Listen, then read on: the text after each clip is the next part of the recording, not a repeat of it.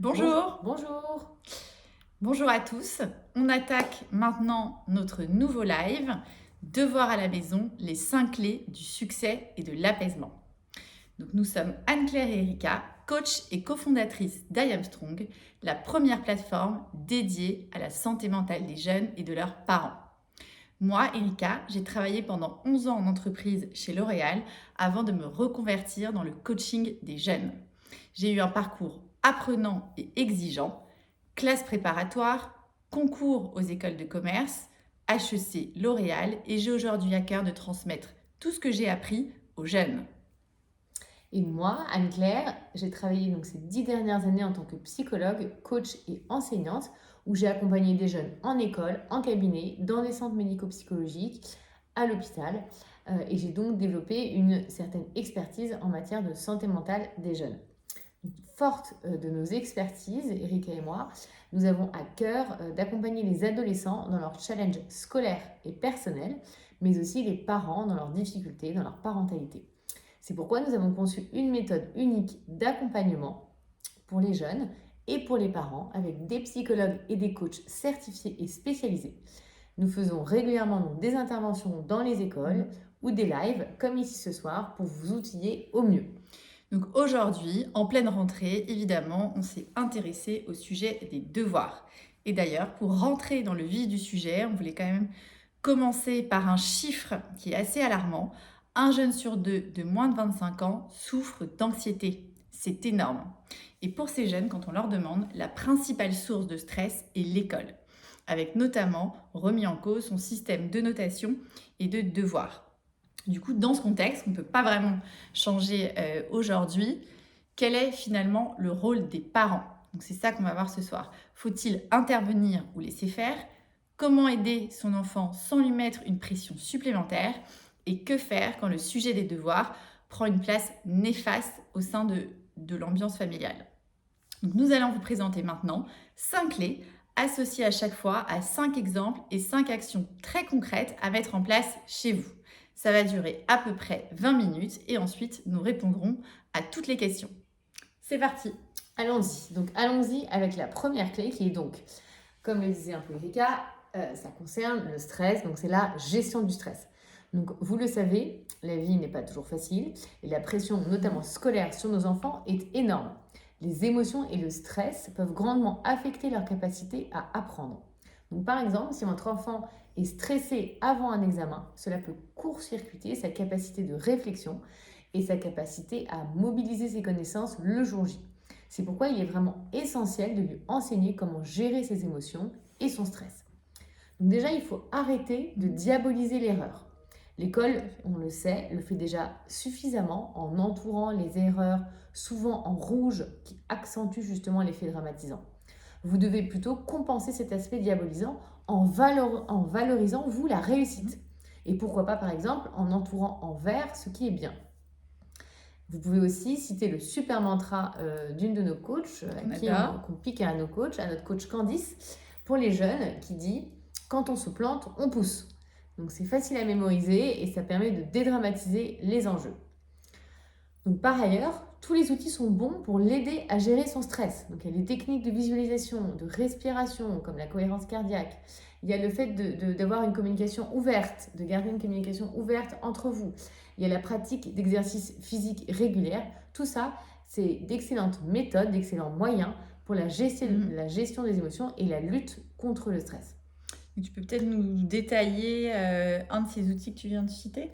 Oui, par exemple, je peux vous détailler l'outil de la visualisation, celle par exemple où vous vous connectez à un lieu agréable. Donc ça, c'est une très bonne manière justement de couper le stress. Ça permet de retrouver du calme et d'envoyer justement des signaux comme ça positifs et de détente à votre cerveau. On peut trouver des super tutos très faciles sur YouTube qui vous permettent d'accompagner dans cette technique de visualisation. Mais en gros, je peux vous dire en quelques mots là maintenant. Mais l'idée, c'est donc de s'allonger, de fermer les yeux, de respirer tranquillement par le ventre et de vous imaginer petit à petit dans votre endroit préféré, où vous vous sentez le mieux. Donc là, prenez le temps de ressentir, de voir ce qui vous entoure, de voir les couleurs, de voir les gens, de ressentir, voilà, d'apprécier les sensations. Qu'est-ce que cela vous procure de vous retrouver dans cet endroit? Donc oui, vous allez peut-être vous demander comment est-ce que votre ado va accepter à faire cette technique de visualisation. Mhm. Euh, mais bon, parlez-en avec lui, Mhm. croyez en la méthode, parce que oui, c'est une méthode qui marche. Il en a peut-être déjà entendu parler d'ailleurs. Et proposez-lui, proposez-lui une fois, mais proposez-lui plusieurs fois. Et peut-être que Mhm. ça marchera. Il n'est vraiment pas dit que ça ne marche pas, bien au contraire. Top. Donc concrètement, si on résume pour cette première clé, ce que vous pouvez mettre à la maison, c'est 1. Dédramatiser les événements stressants pour faire redescendre la pression. Et 2. Faire découvrir des outils comme celui qui vient de vous être détaillé de la visualisation. Deuxième clé pour les devoirs ce soir, c'est vraiment la routine. Donc on en parle beaucoup chez I Am Strong parce que c'est vraiment efficace auprès des jeunes qu'on accompagne. Et c'est finalement là que va résider votre plus grand rôle en tant que parent. Mettre en place, aider à la mise en place de cette routine. En d'autres termes, poser le cadre. Mais message très important, cette routine, elle ne doit pas être imposée pour être acceptée. Vous devez vraiment réfléchir ensemble avec votre enfant à cette organisation du quotidien qui vous convient à tous, avec des horaires dédiés, fixés pour les devoirs. Et le fait que votre enfant soit partie prenante de cette organisation va stimuler sa motivation intrinsèque et son sens des responsabilités. S'il n'est pas partie prenante, il ne va pas adhérer à cette organisation et ça ne va pas marcher. Donc avoir des heures fixes chaque jour va aider votre ado à ancrer cette habitude dans son quotidien. Et à la longue, vous allez le voir, ça va devenir un réflexe et vous n'aurez plus à vous battre continuellement. Votre rôle aussi, justement dans ce cadre que vous allez mettre, c'est évidemment l'espace de travail calme, de préférence, bien organisé et surtout ne pas hésiter à fixer des règles. Ils en ont aussi besoin de règles de limites, donc pas de distraction, comme le téléphone pour le temps des devoirs pour favoriser l'efficacité. Il faut vraiment être ferme sur ce point. Bon courage. Cette routine des devoirs, évidemment, elle va de pair aussi avec une routine de pause et d'activités extrascolaires qui doivent être incorporées. Donc pour là aussi justement motiver votre enfant, c'est indispensable. Donc par exemple, le lundi, c'est goûter, devoir, guitare et c'est comme ça tous les lundis. Mardi, goûter, devoir, sport. Mercredi, temps libre, devoir à 17h. Voilà, c'est vraiment ça qu'on encourage. Plus les devoirs et les activités vont être inscrits dans une routine, chaque semaine, au même jour, mêmes heures et surtout, j'ai envie de dire, même niveau d'importance, moins il y aura de disputes. Donc ces activités, en dehors du temps d'école, elles sont vraiment primordiales. Il ne faut vraiment pas penser que justement votre enfant n'a pas le temps avec tous les devoirs qu'il a ou encore parce qu'il a des difficultés scolaires, justement, il ne peut pas se permettre d'avoir des loisirs à côté.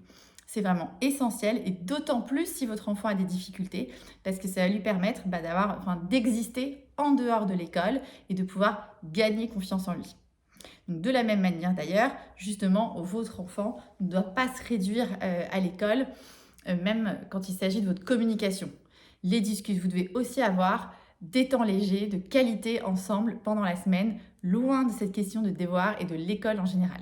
C'est précieux et primordial pour votre relation et votre entente. Ok, super, très clair, merci Rika. Donc du coup, quelles sont les actions concrètes à mettre en place à la maison pour le prochain mois? L'outil vraiment justement qui va avec la routine, c'est évidemment le planning. Donc ça, c'est vraiment l'outil hyper concret que vous pouvez mettre en place chez vous dès maintenant. Vous pouvez aller sur Internet, télécharger un planning mensuel ou hebdomadaire, suivant ce qui correspond le mieux à votre organisation et à votre enfant. Et ensemble, vous allez remplir ce planning avec le temps des devoirs, le temps des activités, le temps des pauses. Super, merci beaucoup pour cette deuxième clé. Donc la troisième clé, l'autonomie. Donc, tout l'enjeu pour vous, parents, sur le sujet des devoirs et de la scolarité, c'est d'être à la bonne distance pour favoriser l'autonomie et la confiance en soi. Donc en tant que parent, vous ne devez pas rejouer votre scolarité. Donc évitez par exemple le on qu'on entend fréquemment. On a bien bossé les maths, qui enlève justement à votre enfant tout sens des responsabilités et peut ajouter une pression supplémentaire de réussite. En tant que parent, vous ne devez pas non plus être le professeur quotidien de votre enfant. Vous pouvez évidemment leur apporter une aide ponctuelle, mais vous ne devez pas faire à leur place.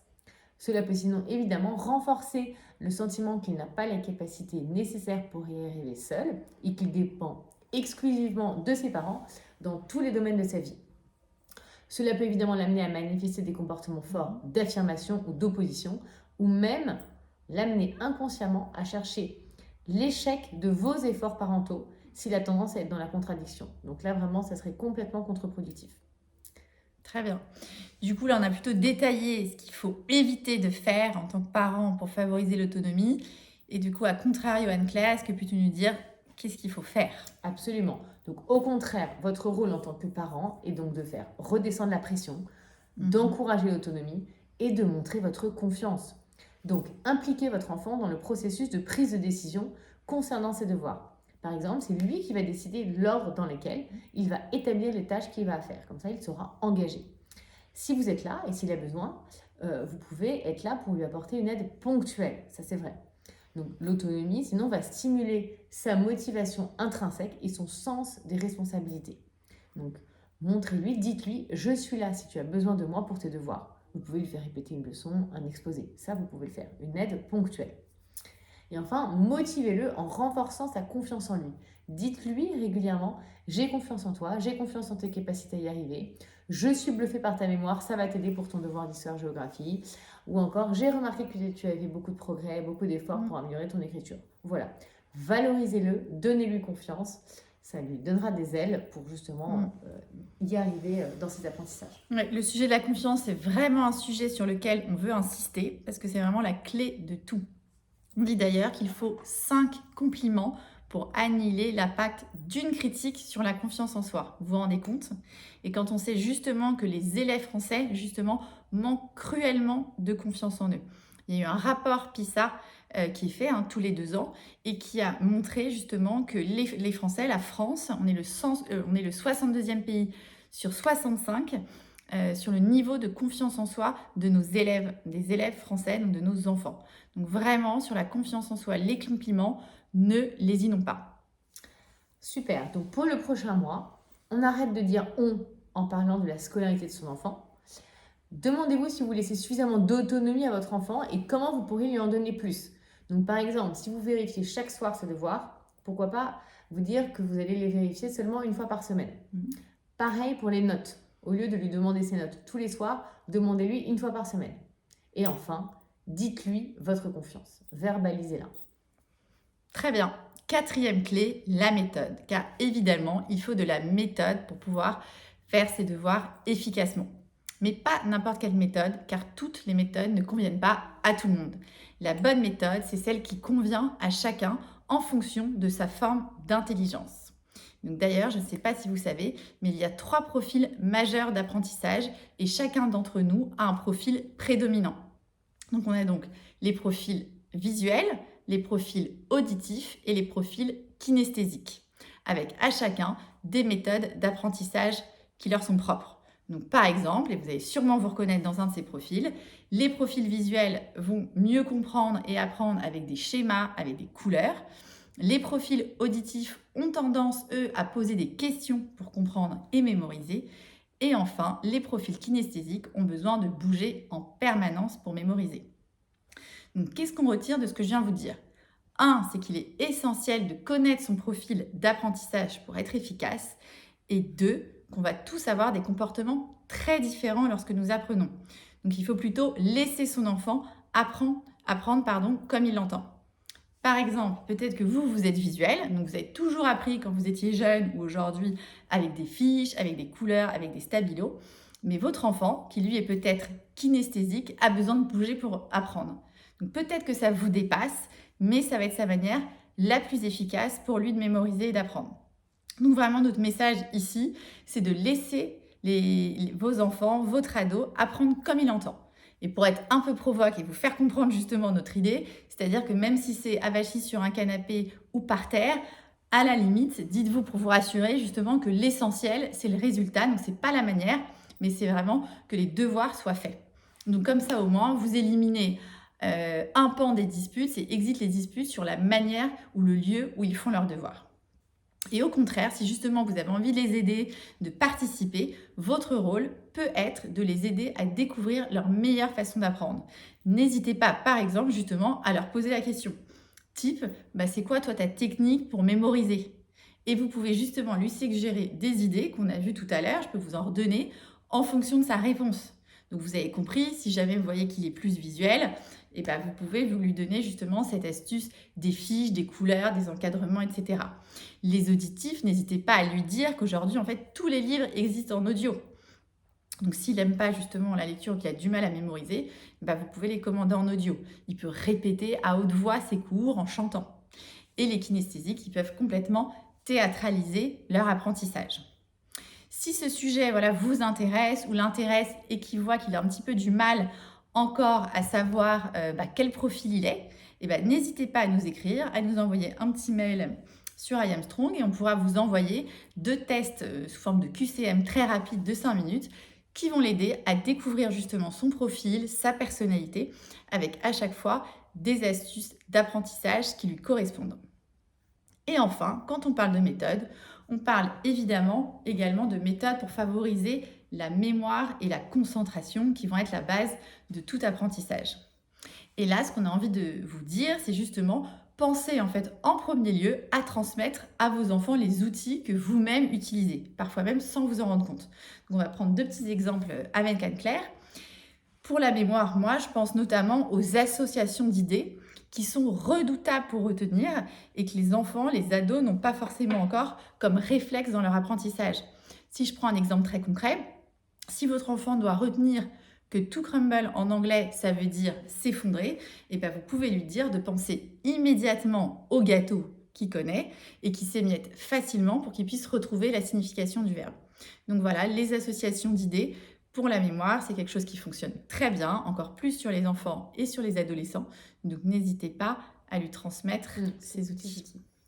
Et pour la concentration, il y a par exemple un outil qui est intéressant, qui est très simple pour aider votre enfant à se concentrer, pour se mettre au travail. C'est un outil qui a inspiré les méthodes Vitos. Vous pouvez regarder, il y en a plein de petits comme ça, faciles à mettre en place. Donc il y en a un qui s'appelle 1, 2, 3 concentration.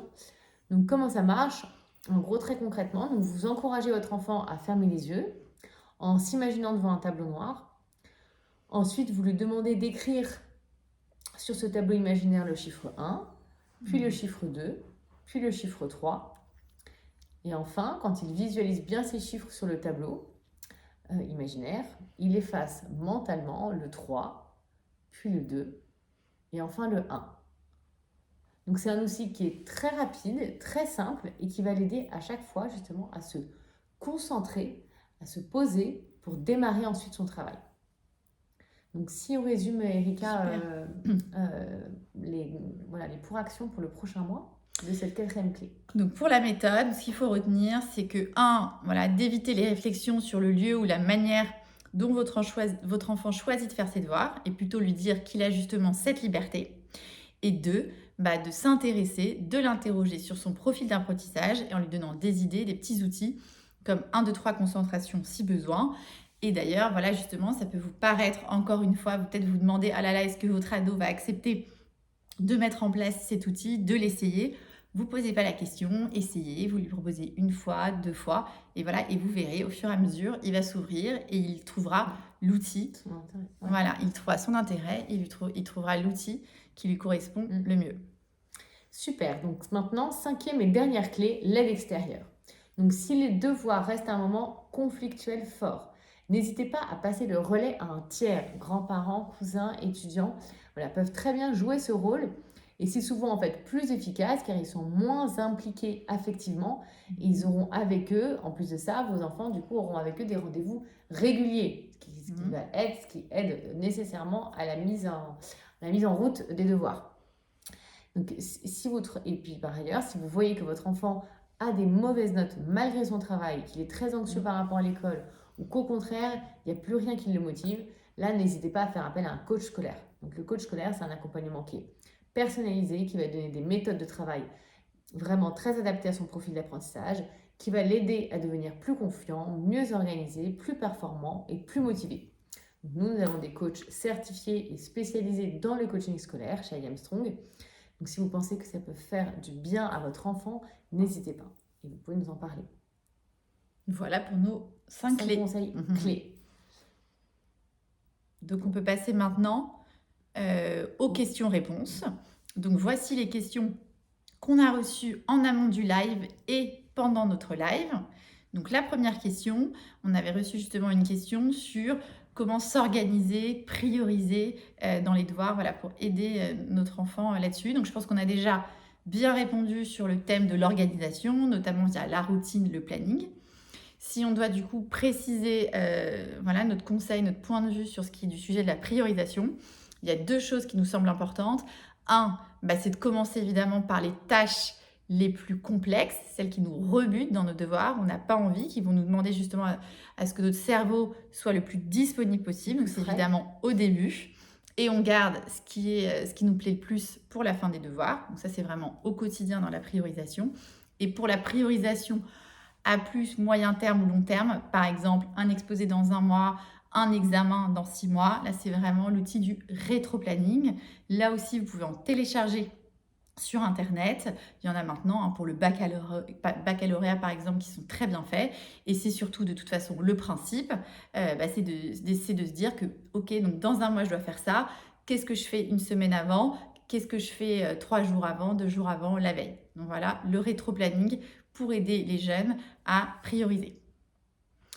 Deuxième question auquel on a aussi répondu pendant le live qu'on a eu, donc c'est une maman qui a un enfant qui est dyslexique et qui nous a demandé si on avait des conseils particuliers pour ce type de profil. Ouais.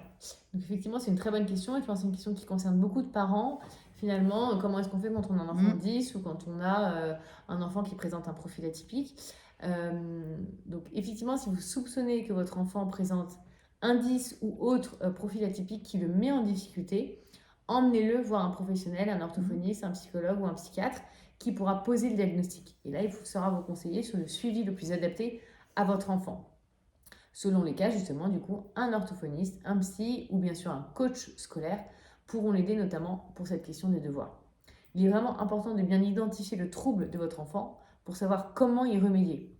Et dans ces cas-là, vous, de votre côté, il est plus vrai que jamais que vous ne pouvez pas être le professeur de votre enfant, c'est trop compliqué. C'est encore plus compliqué avec des profils comme ça. Mais en revanche, votre rôle à vous, là, il est encore plus... il est toujours de donner confiance à votre enfant, mais là, il est encore plus de vraiment le valoriser, valoriser ses forces, lui donner confiance, parce que ce genre de profil, quand on a des enfants qui ont ce genre de difficultés, généralement, ça va avec aussi une estime de soi un petit peu affaiblie, fragilisée, donc d'autant plus, il faut renforcer voilà, vous en tant que parent, n'hésitez pas encore plus à valoriser ses forces, ses compétences, ses qualités, lui faire investir ses talents, développer ses talents. Encore plus que jamais. Super. Et enfin, dernière question que nous avons reçue. À partir de quel âge on peut mettre une routine pour les devoirs? Oui, alors à partir de quel âge on peut mettre une routine pour les devoirs? Je pense vraiment que dès qu'il y a des devoirs, ou de toute façon, on peut mettre en place une routine, c'est toujours bénéfique, ça fait toujours du bien. De toute façon, le principe de la routine pour les enfants est assez primordial et ça les rassure. Le fait d'avoir un cadre, le fait d'avoir des rendez-vous réguliers, d'avoir un rythme comme ça calé, de toute façon, ça leur fait du bien. C'est très important. Dès le plus jeune âge, toujours. Ouais. Plus on commence, mieux c'est. Comme ça, au moins, c'est quand on a une faible quantité de devoirs, donc ce sera plus facile justement d'ancrer cette routine quand ils seront plus âgés. Il n'y a pas d'âge pour la routine. Pas d'âge pour la routine. Donc, conclusion, pour notre live de ce soir, voilà, le message qu'on voulait faire passer qui est important pour nous, c'est vraiment que en tant que parents, notre rôle, c'est de donner confiance, valoriser l'effort et de surtout pas diaboliser l'erreur. Et d'ailleurs, justement, dans cette optique de ne pas diaboliser l'erreur, n'hésitez pas vous aussi en tant que parent, à partager l'expérience que vous aviez jeune avec les devoirs, avec l'école, parce que parfois, vos enfants, vous ne le pensez pas, mais vous voient de manière idéalisée dans votre job, réussir. Ils ne s'imaginent pas que vous aussi, vous êtes passé peut-être par des moments plus difficiles à l'école, des contrôles qui ne sont pas passés comme vous l'imaginiez, ou des matières que vous aimiez moins que d'autres. Voilà, donc n'hésitez pas à partager aussi votre vécu d'ado avec vos enfants. En tout cas, les 5 clés qu'on vous a détaillées ce soir à retenir, à mettre en place dès demain pour des devoirs et une année scolaire sans conflit, c'est 1. La gestion du stress, 2. L'autonomie, 3. La routine, 4. La méthode Et 5, l'aide extérieure quand les difficultés ou les conflits persistent. Nous serons ravis d'avoir vos retours évidemment sur ce que vous avez pensé de ce live, sur ce qui vous a aidé dans votre quotidien de parents. Donc n'hésitez vraiment pas à nous écrire et à nous en parler. Si vous le souhaitez, si vous souhaitez aller plus loin dans cette thématique, donc sachez que nous accompagnons les jeunes chez I Am Strong en coaching scolaire avec de très bons résultats pour leur apprendre à apprendre, leur apprendre à s'organiser et leur redonner confiance et motivation dans leur parcours scolaire. Depuis la rentrée, nous accompagnons également en coaching les parents qui en ont besoin. Donc écrivez-nous, rendez-nous visite sur notre site ou sur notre Instagram iamstrong-fr où nous postons régulièrement des conseils, des articles et des lives à destination des parents et des jeunes.